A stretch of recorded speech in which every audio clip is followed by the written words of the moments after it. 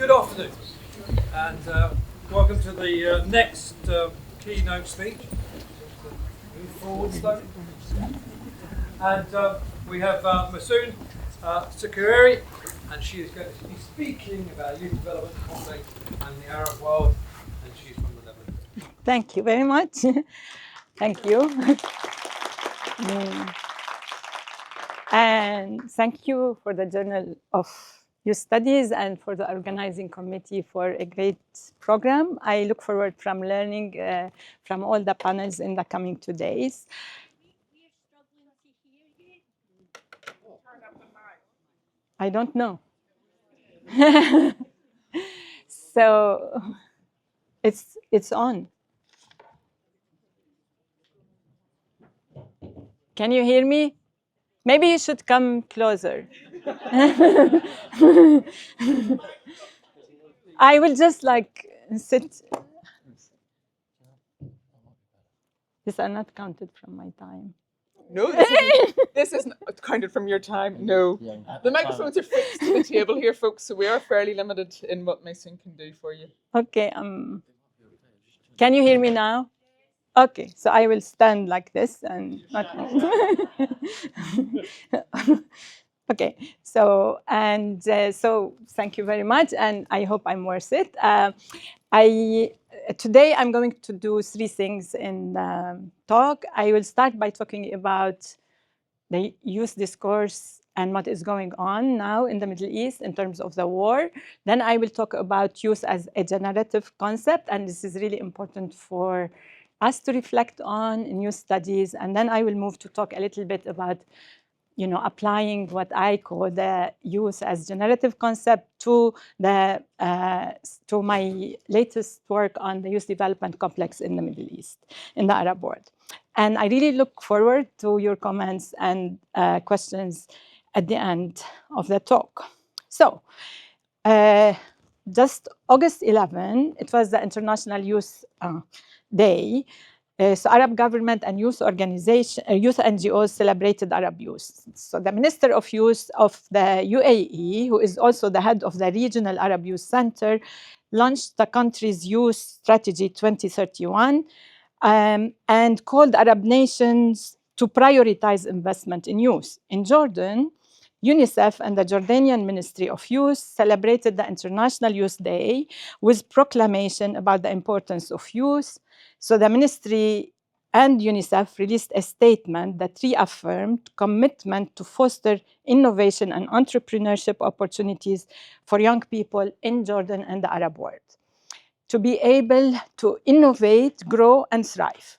So the Pan-Arab youth NGOs like INJAZ and Education for Employment Foundation that I will talk about later celebrated by giving awards for Best Entrepreneur, Best Company Team, Best Project, and New Youth Leaders. Sorry. So, but let's step back for a moment for some perspective. While all these celebrations of Arab youth were going on, a plausible genocide in Gaza was continuing. By the International Youth Day on August 11, more than 16,000 children or 26,000 under 30 had been killed since the beginning of the war. 17,000 unaccompanied, 17,000, yes, unaccompanied youth and children, and thousands are missing. According to the UN, the scholasticide in Gaza has destroyed at least 90% of the school. All 12 universities are destroyed. Thousands of children and teachers have been killed. More than 700,000 school and university students lost their academic year. Okay, the issue here is not just the Arab government and youth organization working with Arab youth were completely silent about what is happening to young people and their families in Gaza on International Youth Day. It is they have been silent throughout the genocide.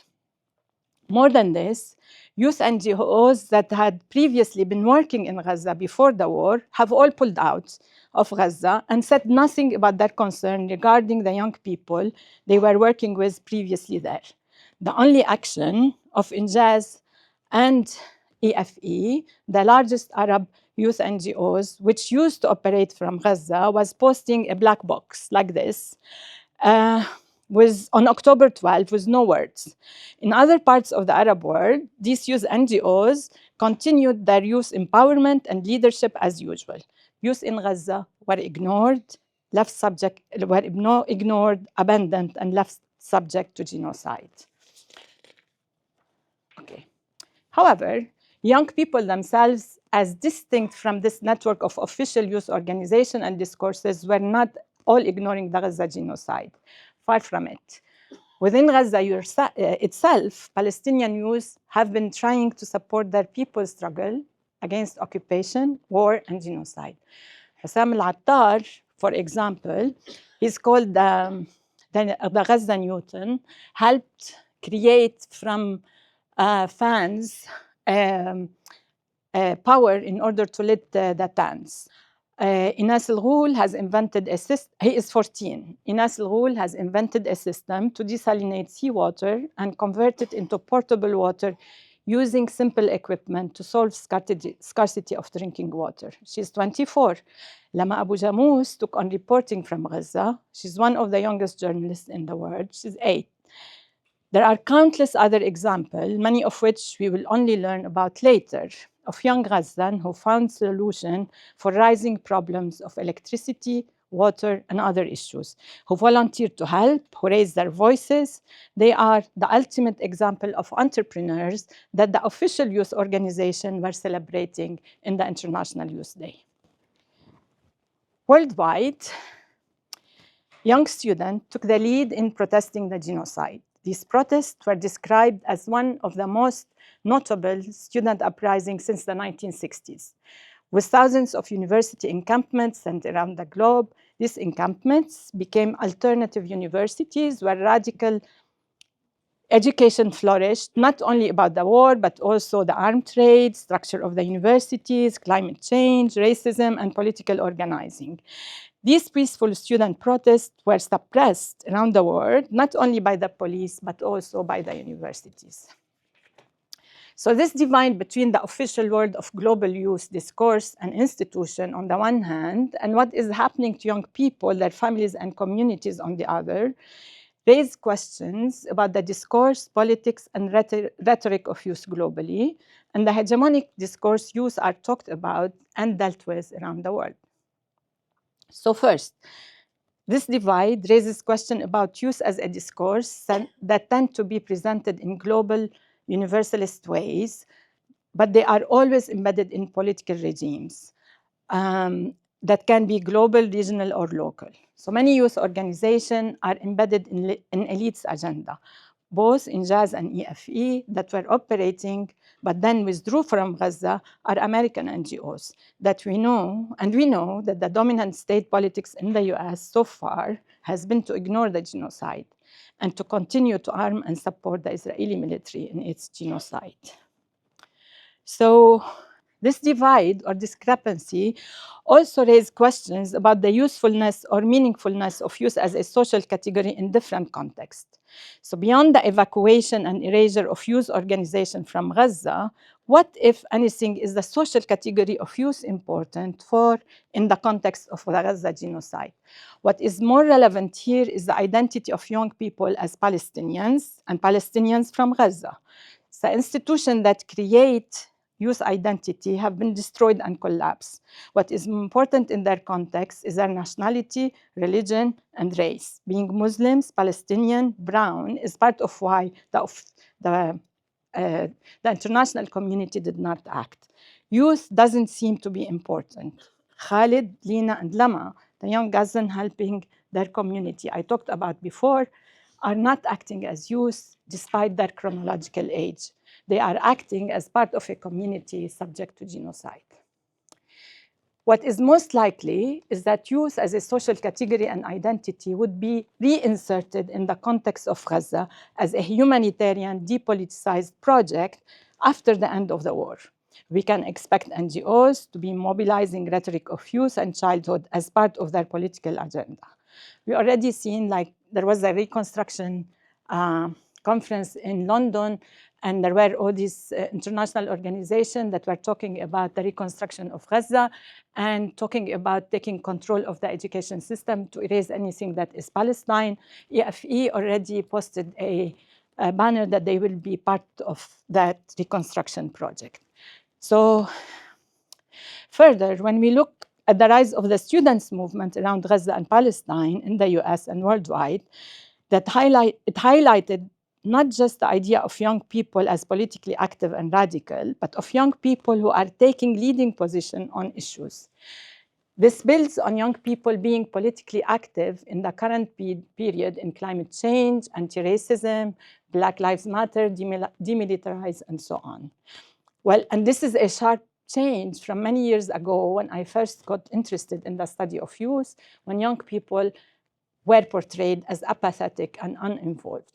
Yet, at the same time, it's not clear that the student encampment and mobilization have been done in the name of youth per se, but it is the identity of being a student, whether at school or university level, that came to the foreground. Here, we have to raise questions about student identity, student life, and the structure of education system that are helping shape the students' uprising questions. So we have to question like the student debt, alienation, lack of opportunities, precarity, disenchantment of education as a way for social mobility. But also we need to raise questions about the rise of the leftist or radical rhetoric after the 2008 crisis, anti-racism, decolonize, climate change, and the study and critique of capitalism.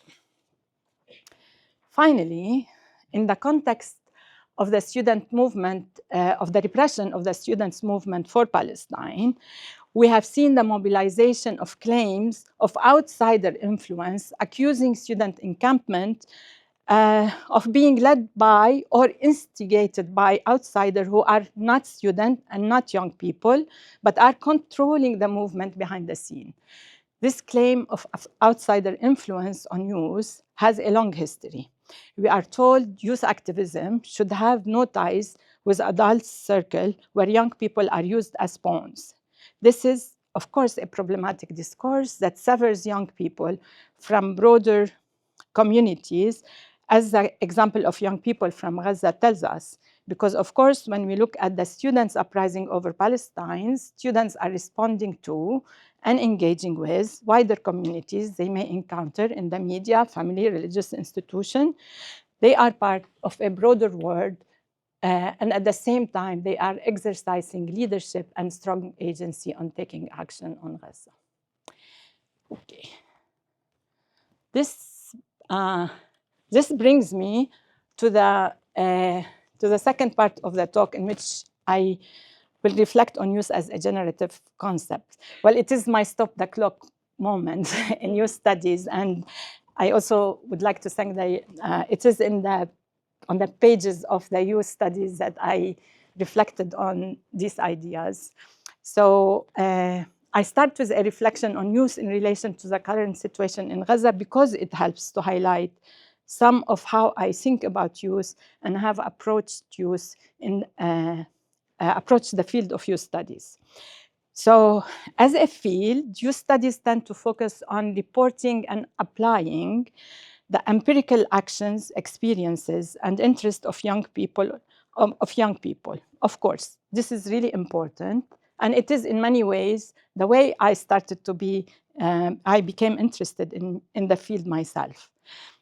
But over time, it felt increasingly important to me to shift the analytic gaze away from just looking at what young people are doing to focus on the broader discourses and social institutions that are mobilizing rhetoric about youth for different agendas, and that impact not only the lives of young people, but also the wider fabric of society and the economy. A second and related concern is that youth studies often seem to be framed as a derivative or applied field of study. The default seems very often to take theory and research from elsewhere, Foucault, Bourdieu, sociology, psychology, cultural studies, or something else, and apply them to the study of youth and young people to build up understandings of their situations and experiences. Again, of course, this can be very important, but I also feel that it sells the field of youth studies short and misses an important opportunity that in contemporary global society, youth as a social category has become generative and important in organizing or shaping not just the lives and experiences of young people themselves, but all kinds of fields of social action and social institutions. So there is a need and an opportunity for youth studies to turn its gaze outward and to draw on the youth as a discourse, as a social category, as identity, and apply this to our understanding and analysis about global politics, global economy, social movement, and all kinds of social institutions. In other words, there is much that other disciplines and fields of study can learn from the careful reflexive analysis of youth. To do this, I have pointed to the importance of several key approaches. One is never to take the identity and social category of youth for granted, but to always ask how and whether and why it has been mobilized and is relevant and meaningful in any particular context. So it's not just the fact that a social event or encounter involves individuals who are young in chronological age that matters, but attending more to precisely how youth as a particular identity is being invoked in any given setting or institution. For example, when we look at the genocide in Gaza, there are clearly places where youth is relevant and is being mobilized as a social category, whereas in other places, it's not mobilized, and there are often other social categories and identities that became more important and relevant. A second related approach has been to take what I have referred to as a political economy approach to the study of youth. By this, I don't mean drawing on any particular theoretical framework, but rather widening our lens to attend to how youth is embedded and is constitutive of a totality of social and economic relation. In other words, it's a call to extend the focus of youth studies outward to consider activities and agendas of a wide range of social actors. And this will bring me to the final part of my talk. So building on these opening remarks, I would like to talk about some of the research I have been doing in mapping out the spread of what I call the youth development complex throughout the Arab world. And it's over the past quarter century. So by the term youth development complex, I'm referring to the operation of a diverse transnational network of state, private sector, civil society, and international development and aid organizations working in both the West and the Middle East. It's a transnational network that creates the infrastructure through which discourses, practices, policies, and institutions around youth are spread around the Arab world.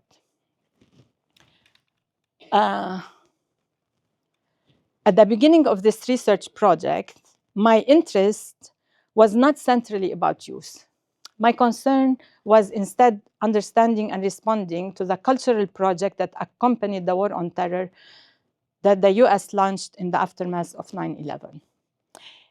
As I started focusing on this US cultural political intervention, it became apparent that discourses of youth were central to this cultural project. Through the formal education system, there was a regional change of national curriculum. They were administered by USAID and the World Bank. Some of these national curriculum change were placed in the American embassies, like in Jordan. Through non-formal education, so there was the creation of magazines and radios that targeted youth. And through non-formal, and there were the NGOs and community organizations, through the media, like Radio Sawa, magazines targeting youth, and also through the endless workshops that NGOs have been doing, and scholarship that were very prominent, taking Arab youth to study in the US. It was all under the rubric of de-radicalizing Arab youth. A whole project of cultural, economic, and political change was underway. A decade later, in 2010, the Arab Spring swept the region. But I soon realized that many of the organizations, ideas, and practices that I had been studying in the context of US war on terror at the beginning of the 21st century had continued on beyond that time and were having a presence in the context of the Arab Spring in a number of contradictory ways, framing not only how the uprisings themselves were understood and explained through the lens of youth and youth unemployment, but also somehow of the forces of the counter-revolution were organized and legitimated to contain and control and redirect this uprising. Some of the exact same organization I had been studying, JA and EFE and others, were centrally involved in this process. Following the Arab Spring uprising, a process of political restoration and counter-revolution kicked off and has been ongoing as a dominant process in the region. In the process of counter-revolution and restoration, again, youth was centrally present, partly as an attempt to explain the failure of the Arab Spring, so they are young and they don't know what to do because it was youth uprising, through the narrative of youth, but also the power of the previous generation, and perhaps more importantly, youth policies became more important in the process of restoration. I realized that what I had been tracing empirically and studying theoretically wasn't just about the war on terror, but more generally about trying to understand how certain ideas, in this case about youth, become globally dominant. Of course, this was a very particular context, shaped by the war on terror, and led by the US and other powerful actors, but in some ways, this helped to make it more accessible and clearer to trace out processes that in other time and place might be harder to document carefully. How exactly do certain ideas, policies, ideologies, discourses, and practices are spread around the world? In this way, the focus on youth is of course important and interesting in and of itself, not only for the way we understand youth and young people, but what is equally important is that the focus on youth help us understand all kinds of other cultural and economic issues. So to address this question, what I tried to do is follow closely two key organizations involved in this, namely Junior Achievement, and it's called Injaz in the Arab world, and Education for Employment Foundation. So Injaz and EFE are highlighted here because they help to show both some of the diversity, but also the uniformity of the organization in the global youth development complex. On the one hand, Injaz and EFE are quite different types of organization. Junior Achievement is now over 100 years old and has a broad domestic and global mandate that only recently have been adopted to US foreign policy concern in the Middle East. By contrast, EFE is a new organization. It was created after 9/11 and it only worked in the Middle East. But it has no operation in the US itself. On the other hand, Injaz and EFE are both remarkably like one another. Beyond the fact that they are both American-based and born organizations working with youth in the Arab region, they are the largest youth NGOs in the region. It's pan-Arab. Both organizations focus on integrating Arab youth into the national, regional, and global capitalist economy at a general level, by seeking to shape these youth into dependable and productive neoliberal subjects, and more specifically, by spreading ideologies of entrepreneurship and free market economy and teaching a range of skill-based employment, labor market, and financial education. Both organizations have also sought to develop and disseminate their work in the Arab world in much the same ways, through engaging with the same network actor and processes, with the Arab business elites, basically, and government. So as I trace the work of this youth development concept in the complex in the Arab region, and the spread of discourse, policies, institution, and program around youth, there are several key themes that emerge, and I want to focus on 4 of these. So first, there is the theme of temporality. and the issue of longitudinal research studies. The significance of discourses of youth can look different in different places in different periods. Youth after the war on terror were displayed as prone to terrorism who need to be de-radicalized. Youth during the Arab Spring became the revolutionaries who are working for change. Youth during the counter-revolution became a central site for re-establishing stability, control, and order throughout the region. At a certain point in time, the US-led agenda of promoting youth identity and programming in pursuit of its interest in the Arab world could look like a complete success. At other times, like a total failure. So if we were to look at a single time in the region, it will tell one particular story about youth policies and youth discourses. But then when we look across times, this becomes more complicated and we find several conflicting and often contradictory stories about youth policies and youth discourses. A second key theme is the importance of spatiality, of the spread of ideas, and the role that key cities and city network play in the global spread of ideas.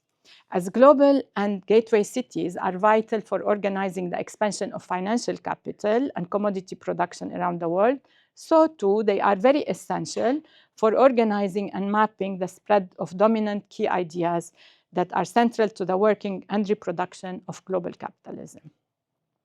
In this process, particular kinds of globally connected urban spaces are essential.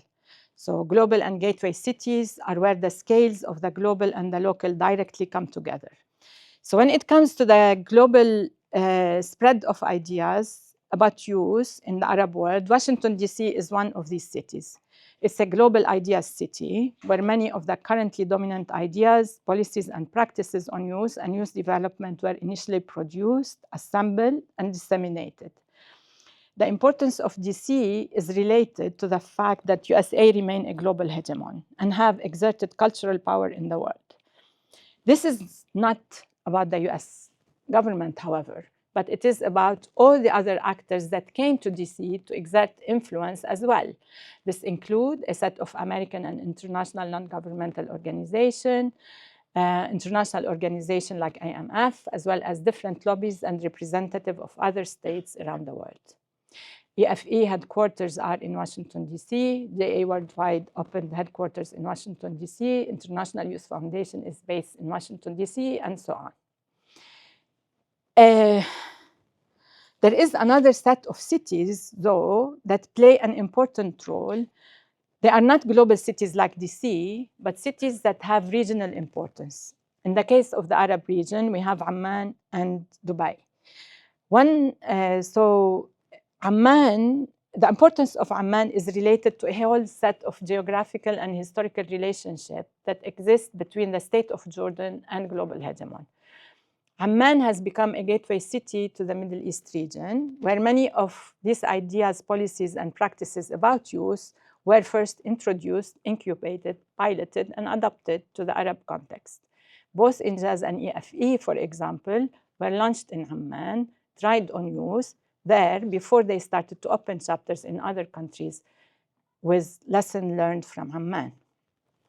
While Amman plays as a key role as an incubator city in terms of spreading these programs around the region, Dubai, as a different kind of gateway city, acted as a primary pivot or hub for scaling up and spreading these youth ideas, policies, and practices throughout the Arab world. What one finds in Dubai especially is the presence of regional political and economic actors that are pan-Arab, who are pursuing their own interests and agendas and who take upon themselves to spread discourses and policies of youth around the region that are relatively autonomous from the interest of the US. Without the networks of the global youth development complex and without these singular city spaces, ideas and policies about youth would not have been able to spread through the Arab world in the way that they did over the last 2 decades. When one looks at these 3 cities, we can start tracing out flows of institutions, of key personnel, of resources, and of capital that are central to developing the youth development complex. Within each of these cities, there are also social geographies that are central to the generation and spread of ideas and policies around youth. In Washington, a lot of headquarters are here. They are in DuPont Circle and K Street. K Street is a street of lobbying. In Jordan, West Amman is the center of all this work. For example, youth programming in Amman is closely shaped by the particular social and physical geographies of Amman itself. These include the relation between East and West Amman, the division of the city into pockets of high deprivation and gated communities of privilege, all of which impact who participate in different forms of youth programming at different levels, and the ways in which young people's responses to and engagement with youth programming unfolds. In Dubai, they set up international cities that are specific for different issues. So there is International Youth City, International Humanitarian City, International Education City, and so on. Within these spaces, there is continuous set of interaction. Some are formally organized, like workshops, seminars, official meetings, but just as important, there are all kinds of informal interaction, like sitting down for coffee, lunch, chats between sessions in big conferences, chatters in the streets, and so on. One of the aspects of space is that there are all kinds of inequalities and injustices built on these spaces in terms of who has access, who has influence, and who gets heard and listened to, both at micro and macro level. The third theme is the materiality of the spread of ideas. Well, ideas don't just spread on their own or through their own intrinsic compelling nature, but through their links with financial capital, institutional resources, the work of private, state, and civil sector organizations driving these ideas forward.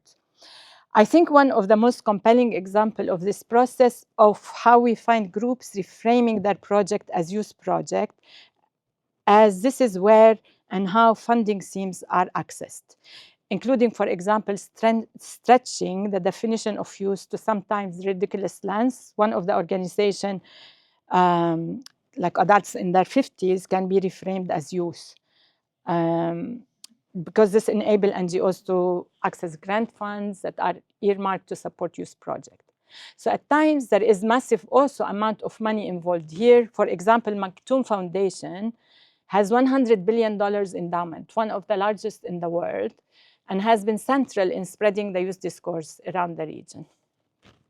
Finally, as a fourth key theme that I want to highlight is the need to recognize the importance of different actors in promoting youth discourse and policy, and how this can shift across time and space, so that at different points in time, different actors move to the foreground and others are absent. So yes, in the process I was studying, the US state was very much at the heart of the development of this complex. But this does not in any way mean that everything in this complex is reducible to the interest, agendas, and action of the US state.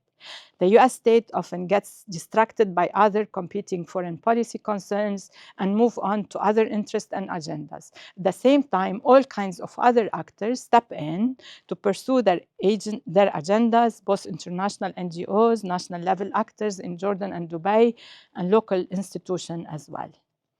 In certain times and places, the most important actors driving the development of the Arab young people, involving rhetoric around youth that some of them had picked up in US-sponsored youth programs, and using these to frame their direct opposition and resistance to youth and Western hegemony in the region.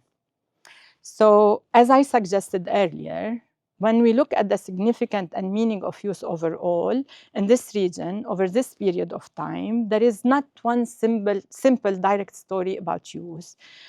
There is youth being used in the US interest and capital interest. There is a degree that this could be successful or failed and limited. There is youth being mobilized by local Arab elites.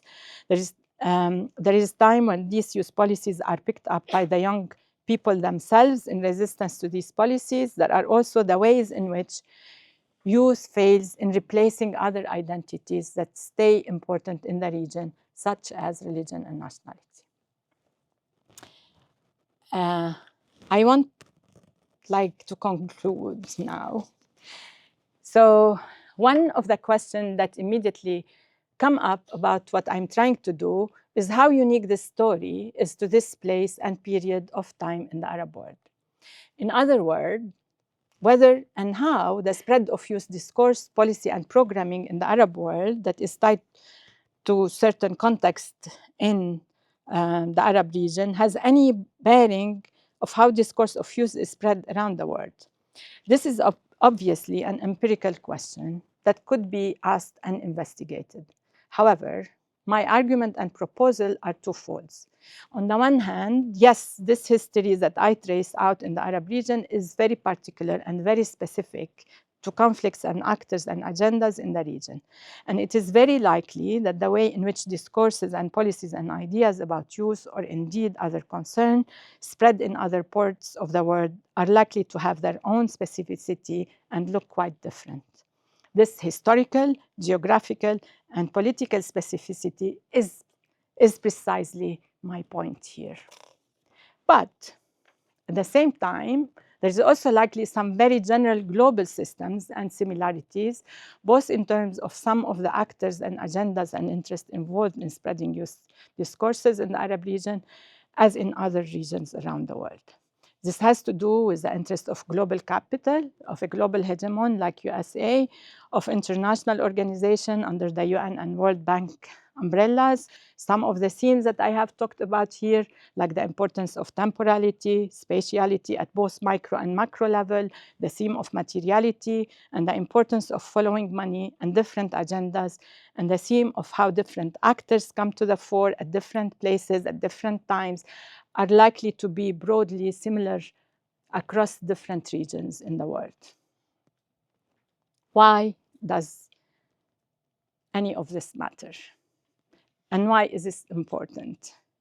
It is in essence about putting forth what there is much in the Journal of Youth Studies called the political economy analysis of youth discourse and policy, and paying attention to the inherent political nature about talking about youth and the way in which it will be grounded and shaped by context, material, political, cultural, and so forth. So when we come to think about youth discourse and youth as a social category in the current genocide in Gaza, mobilization of youth that takes place or the disappearance of youth that may occur, all have important local, regional, and global histories. These are essential to understand whether we are looking at organizations like EFE and JA showing up in the reconstruction project to rebuild Gaza after the war and the genocide, or whether we are trying to understand social and political resistance among Palestinians in Gaza, or whether to think about the global significance of global students' movement that broke out about Palestine and the repression that followed. So youth as an idea acts on the world by shaping policies, has spread globally. It doesn't mean that youth as a category has not existed before, but it is the way in which it has been put to change policies that matters. Ideas matter, and they do have consequences. They act in the world, and they are an integral part of the ethics of research. Thank you.